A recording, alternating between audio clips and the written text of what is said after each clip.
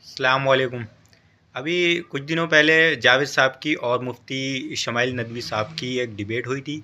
उसमें एक word contingency का मतलब जावेद साहब को समझ में नहीं आ रहा था।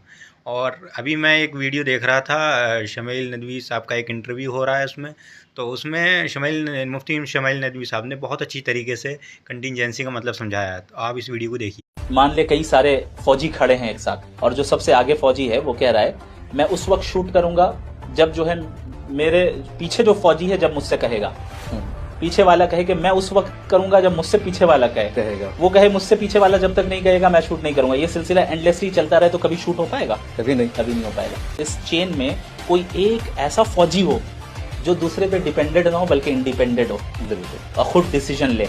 जब वो डिसीजन लेगा तो फिर सब कुछ कर पाएंगे और सारी चीजें एग्जिस्टेंस में आएंगी। इसी तरीके से अगर ये यूनिवर्स के कॉजेज में आप इन्फिनिट रिग्रेस को सही समझें तो फिर नतीजा ये निकलेगा कि यूनिवर्स कभी वजूद में ही नहीं आता। कहीं ना कहीं एक पॉइंट ऐसा है जहां पर वो कॉज वो सबब ऐसा है जो कि इंडिपेंडेंट है, वो किसी के ऊपर डिपेंडेंट नहीं है। अब वो कॉज क्या है उसे ही नेसेसरी बीइंग कहा जाता है, जिसे वाजिबुल वजूद। जी हाँ, वाजिबुल वजूद यानी जिसका मौजूद न होना नामुमकिन हो। अगर वो न होता या ये कि वो डिपेंडेंट होता तो फिर या तो तसलसल लाजिम आएगा जो कि बातिल है, और अगर वो है तो इसका मतलब उसने अपने विल से सारी चीजों को वजूद में लाया है। तो उस जात को नेसेसरी बीइंग कहते हैं। तो ये दर हकीकत आर्ग्यूमेंट ऑफ कंटिजेंसी है।